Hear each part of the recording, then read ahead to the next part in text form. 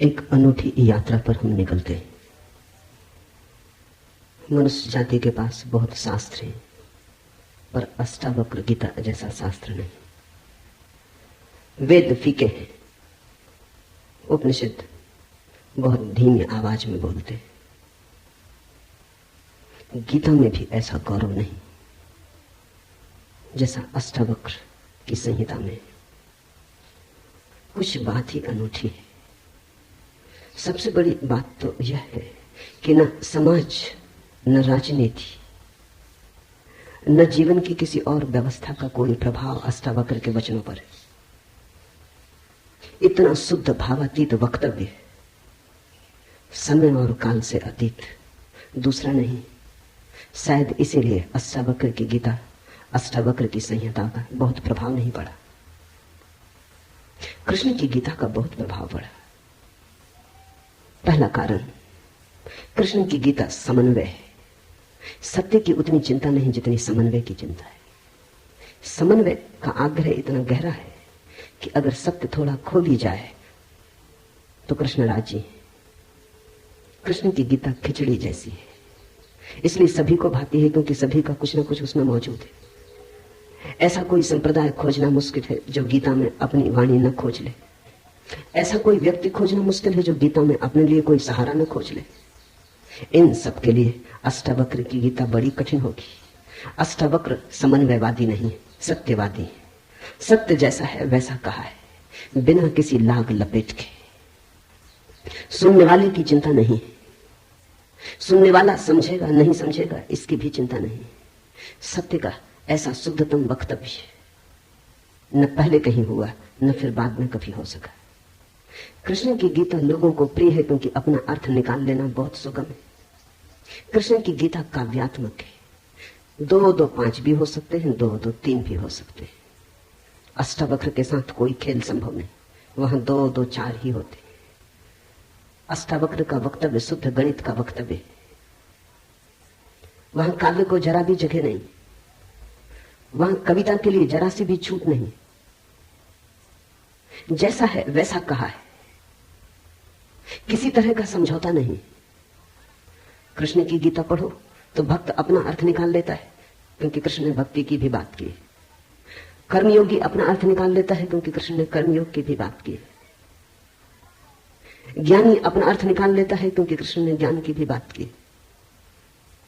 कृष्ण कहीं भक्ति को सर्वश्रेष्ठ कहते हैं, कहीं ज्ञान को सर्वश्रेष्ठ कहते हैं, कहीं कर्म को सर्वश्रेष्ठ कहते हैं। कृष्ण का वक्तव्य बहुत राजनीतिक है। वो राजनेता थे, कुशल राजनेता थे। सिर्फ राजनेता थे इतना ही कहना उचित नहीं, कुटिल राजनीतिज्ञ थे, डिप्लोमेट थे। उनके वक्तव्य में बहुत सी बातों का ध्यान रखा गया है, इसलिए सभी को गीता भा जाती है। इसलिए तो गीता पर हजारों टीकाएं हैं, अष्टावक्र पर कोई चिंता नहीं करता। क्योंकि अष्टावक्र के साथ राजी होना हो तो तुम्हें अपने को छोड़ना पड़ेगा। बेशर्त तुम अपने को न ले जा सकोगे, तुम पीछे रहोगे तो ही जा सकोगे। कृष्ण के साथ तुम अपने को ले जा सकते हो। कृष्ण के साथ तुम्हें बदलने की कोई भी जरूरत नहीं। कृष्ण के साथ तुम मौजू पड़ सकते हो।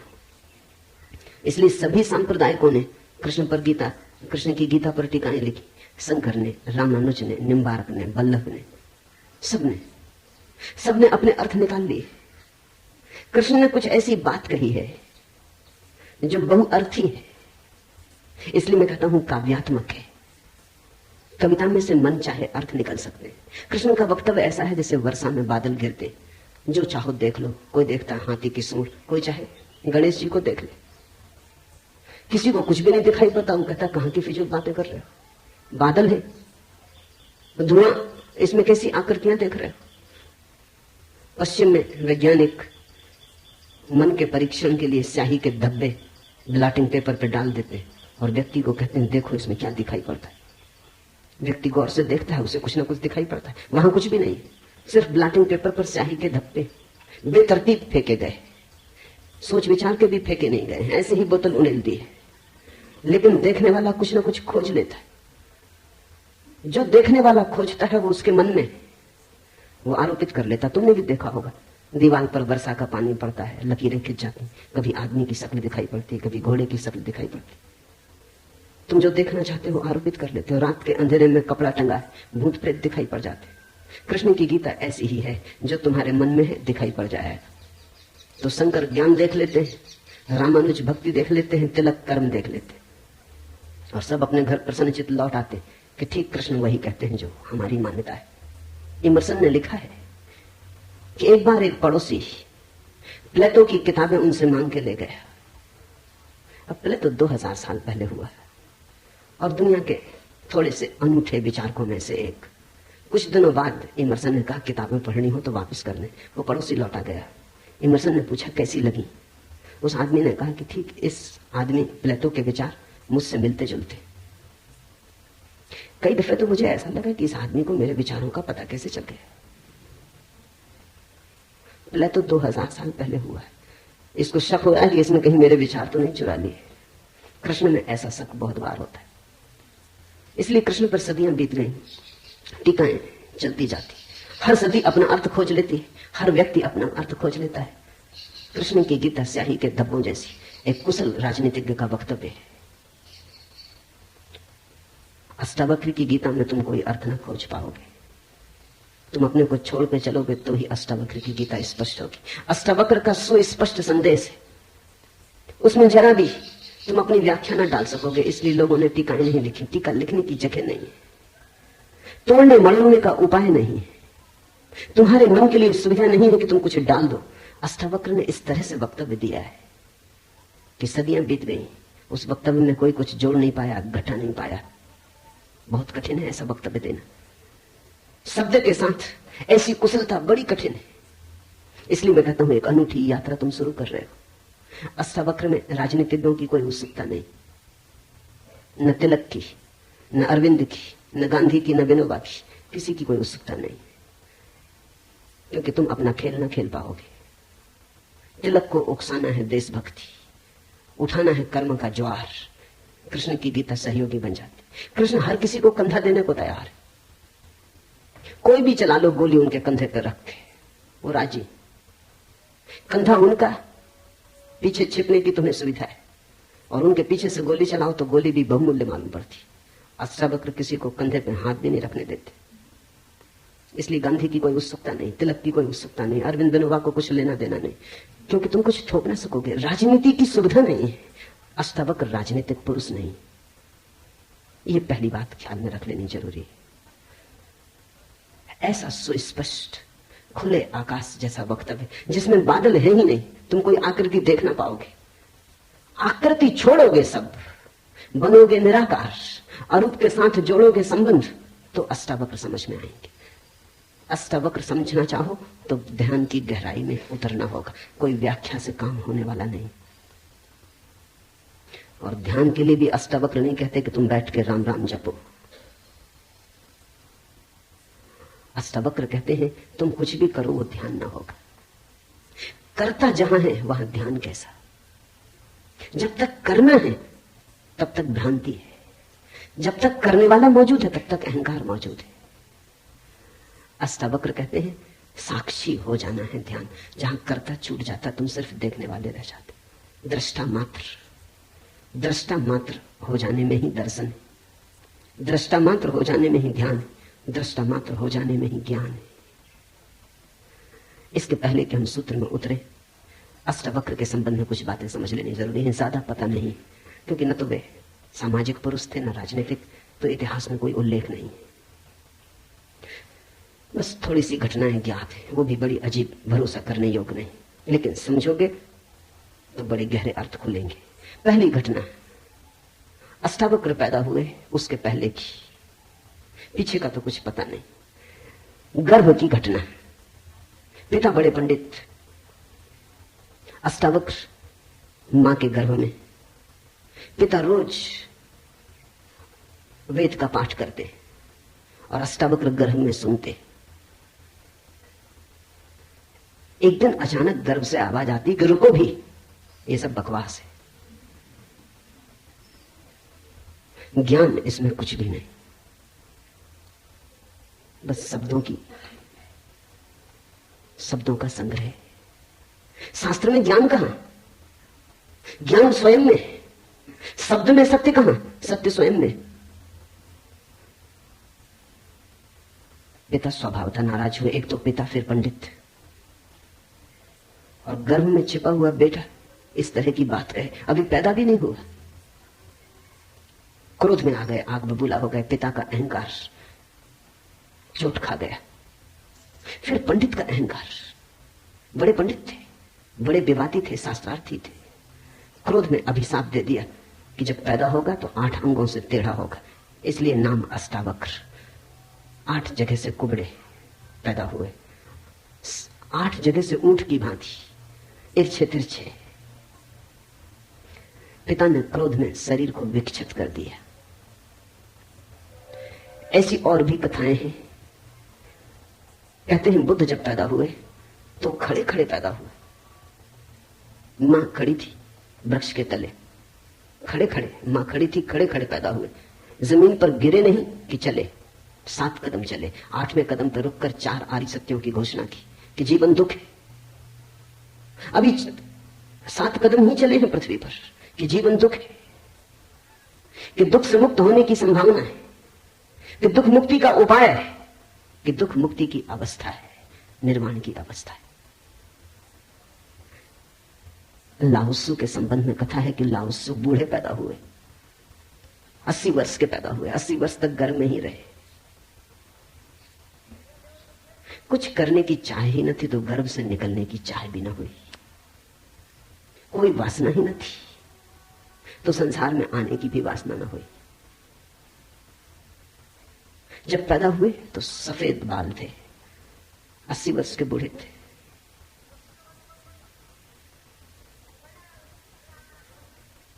जरथुस्त्र के संबंध में कथा है कि जब जरथुस्त्र पैदा हुए तो पैदा होते से ही खिलखिला के हंसे, मगर इन सबको मात कर दिया अष्टावक्र। ये तो पैदा होने की बात है।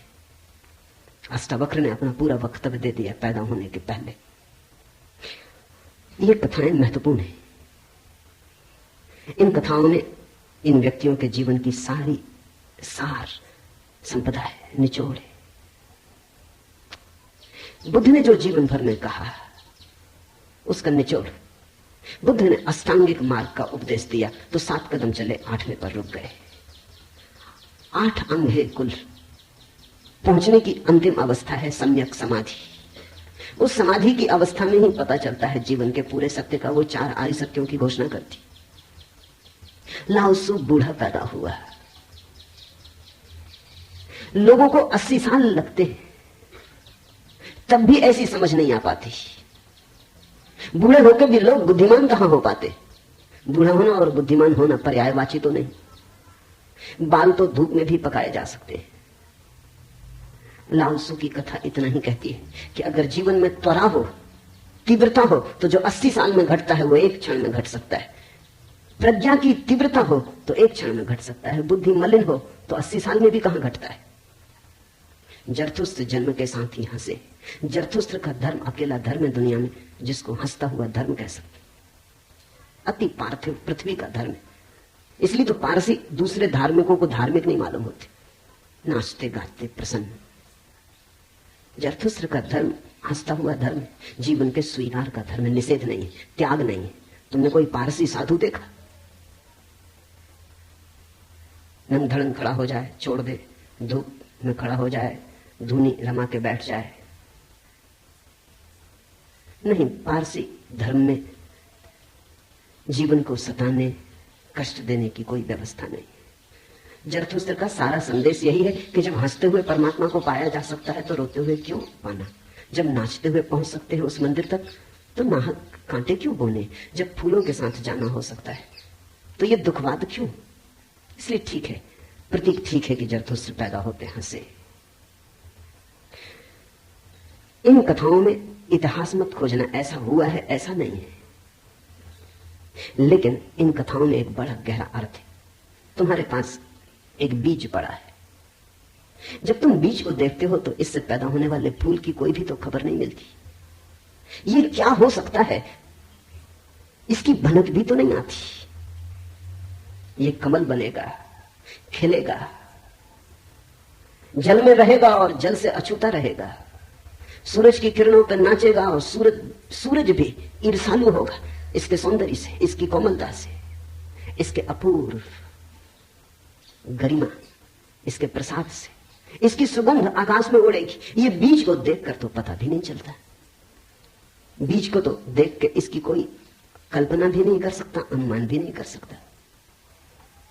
लेकिन एक दिन ये घटता है तो दो तरह से हम सोच सकते हैं। या तो हम बीज को पकड़ लें जोर से और हम कहें जो बीज में दिखाई नहीं पड़ा वो कमल में भी घट नहीं सकता, ये भ्रम है, ये धोखा है, ये झूठ है। जिनको हम तर्कनिष्ठ कहते हैं, संदेहशील कहते हैं, उनका यही आधार है।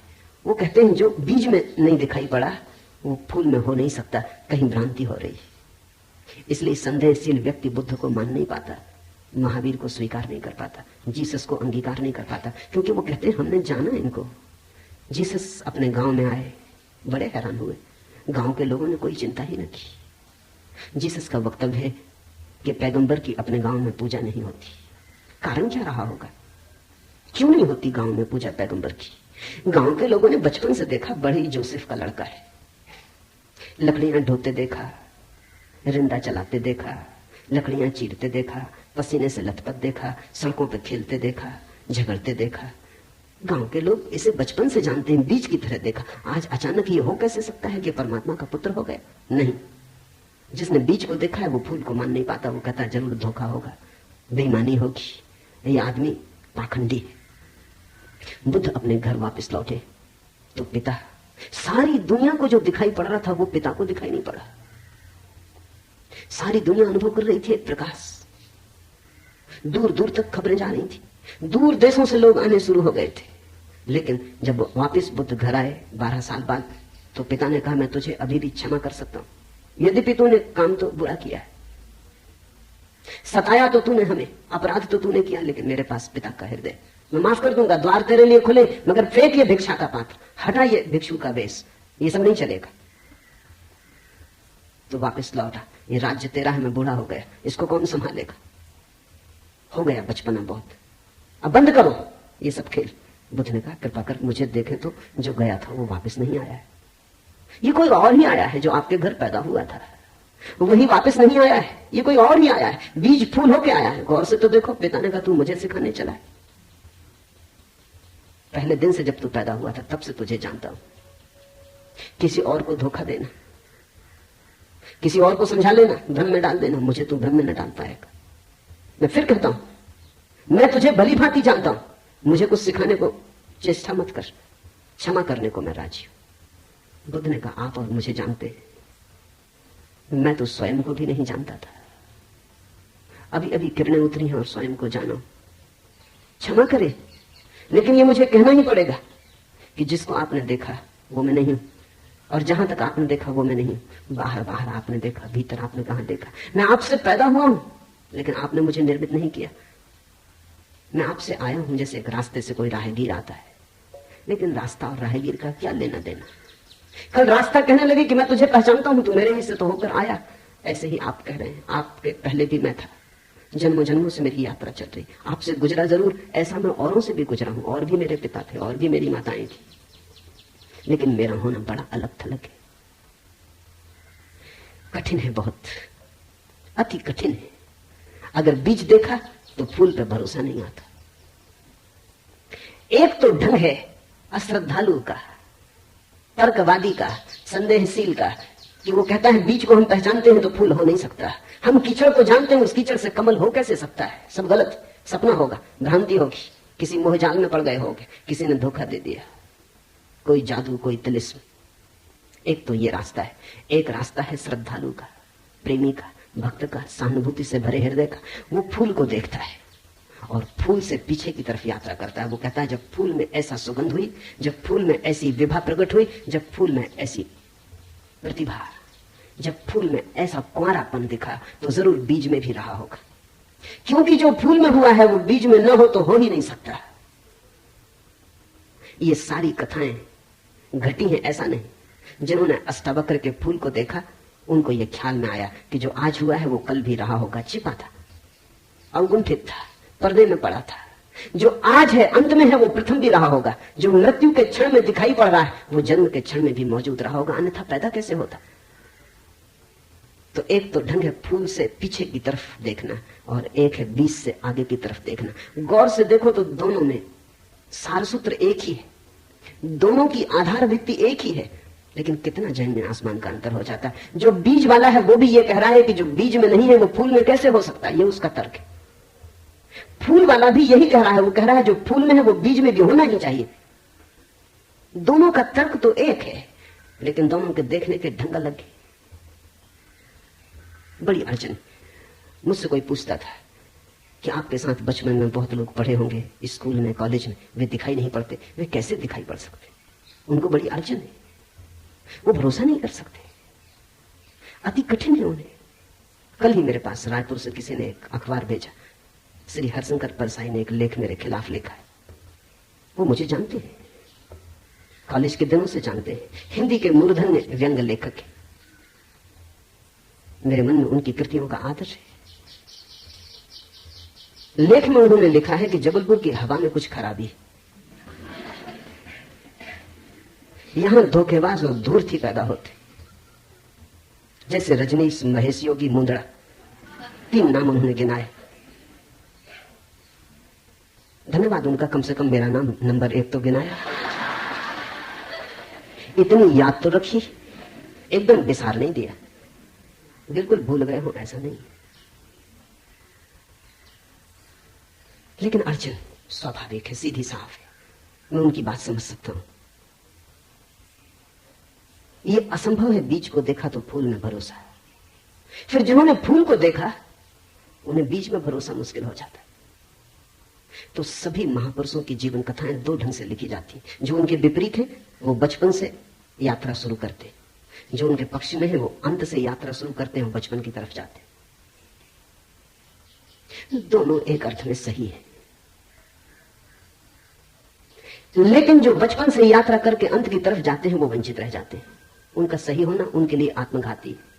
जो अंत से यात्रा करते हैं वो पीछे की तरफ जाते हैं, वो धन्यभागी, क्योंकि बहुत कुछ उन्हें अनायास मिल जाता है जो कि पहले तर्कवादियों को नहीं मिल पाता।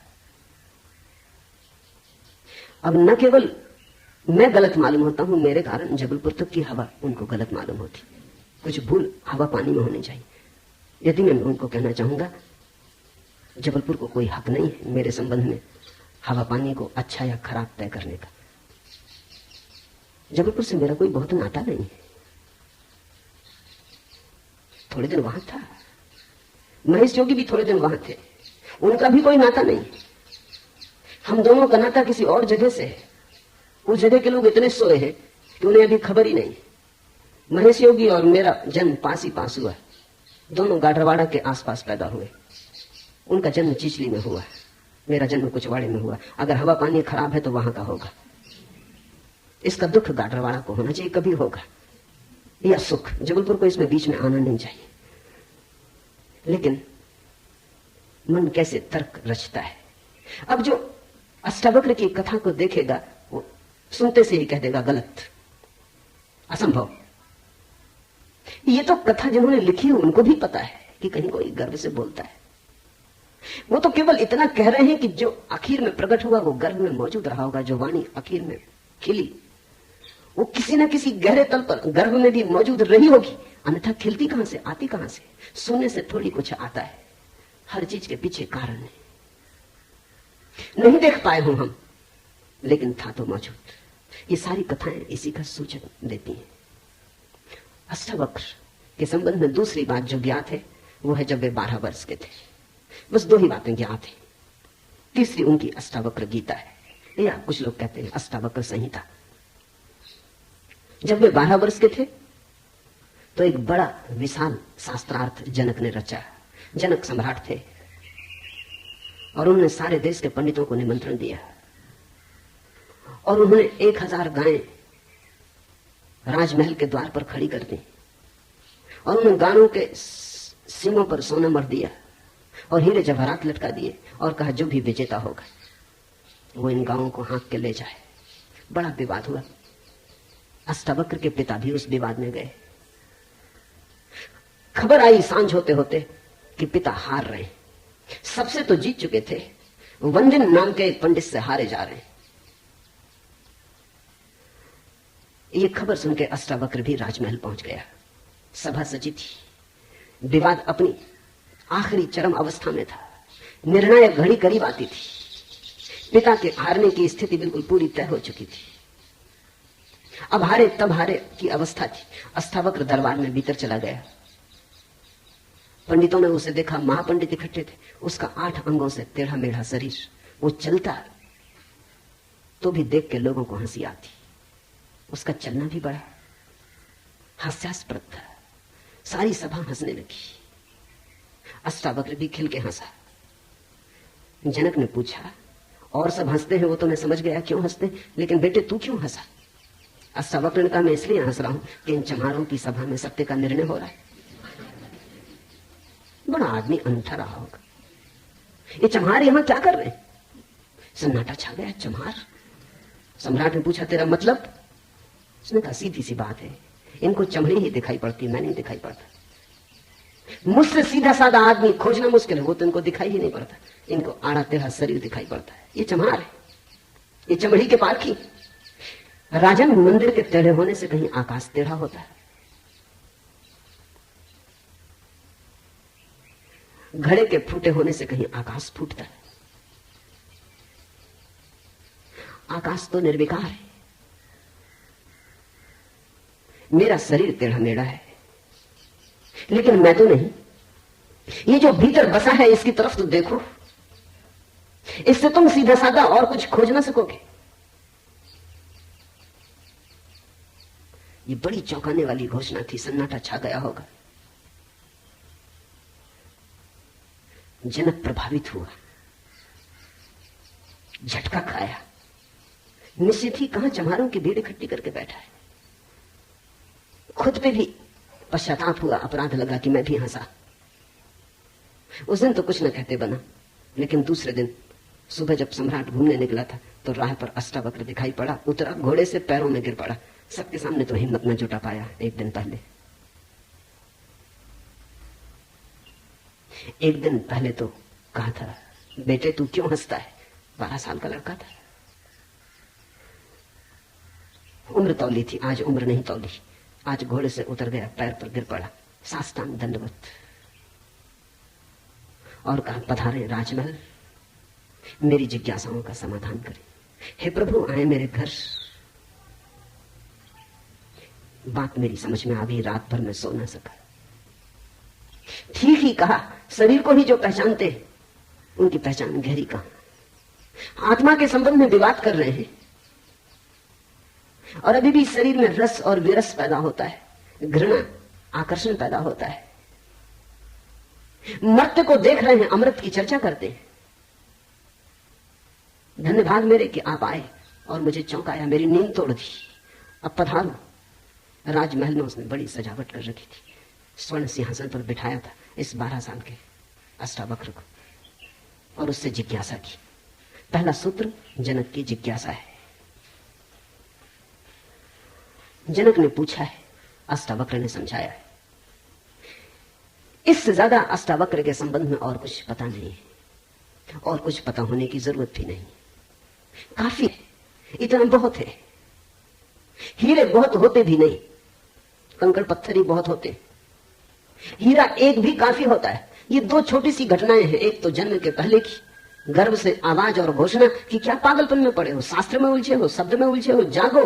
ये ज्ञान नहीं है, ये सब उधार है, ये सब बुद्धि का ही जाल है, अनुभव नहीं है। इसमें रंच मात्र भी सार नहीं है। कब तक अपने को भरमाए रखोगे? और दूसरी घटना, राजमहल में हंसना पंडितों का और कहना अष्टावक्र का कि जीवन में देखने की 2 दृष्टियां हैं, एक आत्मदृष्टि, एक चर्म दृष्टि। चमार चमड़ी को देखता है, प्रज्ञावान आत्मा को देखता है। तुमने गौर किया?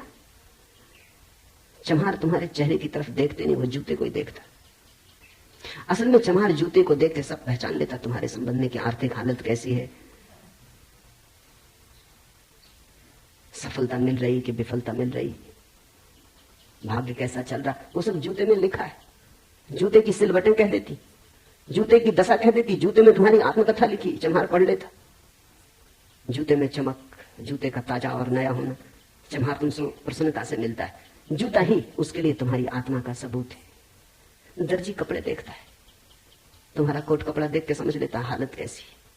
सबकी अपनी बंधी हुई दृष्टियां हैं। सिर्फ आत्मवान ही आत्मा को देखता है, उसकी कोई दृष्टि नहीं है, उसके पास दर्शन है। एक छोटी घटना और जो अष्टावक्र के जीवन से संबंधित नहीं, रामकृष्ण और विवेकानंद के जीवन से संबंधित है, लेकिन अष्टावक्र से उसका जोड़ है। फिर हम सूत्रों में प्रवेश करें। विवेकानंद रामकृष्ण के पास आए तब उनका नाम नरेंद्रनाथ था। विवेकानंद बाद में रामकृष्ण ने उनको पुकारा। जब आए रामकृष्ण के पास तो अति विवादी थे, नास्तिक थे, तर्कवादी थे, हर चीज के लिए प्रमाण चाहते थे। कुछ चीजें हैं जिनके लिए कोई प्रमाण नहीं, मजबूरी है। परमात्मा के लिए कोई प्रमाण नहीं है और प्रमाण नहीं। प्रेम के लिए कोई प्रमाण नहीं है और प्रमाण नहीं। सौंदर्य के लिए कोई प्रमाण नहीं है और प्रमाण नहीं। अगर मैं कहूं देखो एक खजूरेना के वृक्ष कैसे सुंदर, और तुम कहो हमें तो कोई सौंदर्य दिखाई नहीं पड़ता, वृक्ष जैसे वृक्ष, सिद्ध करें, मुश्किल हो जाएगी। कैसे सिद्ध करें कि सुंदर है? सुंदर होने के लिए सौंदर्य की परख चाहिए और तो कोई उपाय नहीं। आंख चाहिए और तो कोई उपाय नहीं। कहते हैं मजनू ने कहा कि लैला को जानना हो तो मजनू की आंख चाहिए। ठीक कहा, लैला को देखने का और कोई उपाय ही नहीं। मजनू को बुलाया था उसके गांव के राजा ने, कहा था तू पागल है, मैं तेरी लैला को जानता हूं, साधारण सी लड़की है, काली कलूटी, कुछ खास नहीं, तुझ पे मुझे दया आती। ये मेरे राजमहल की 12 लड़कियां खड़ी, ये इस देश की सुंदरतम स्त्रियां, इनमें से तू कोई भी चुन ले, ये तुझे रोते देख के मेरा भी प्राण रोता है। उसने देखा और उसने कहा इनमें तो लैला कोई भी नहीं, ये तो लैला के मुकाबले तो दूर, उसके चरण की धूल भी नहीं। सम्राट कहने लगा मजनू तू पागल है। मजनू ने कहा यह हो सकता है, लेकिन एक बात आपसे कहना चाहता हूं, लैला को देखना हो तो मजनू की आंख चाहिए।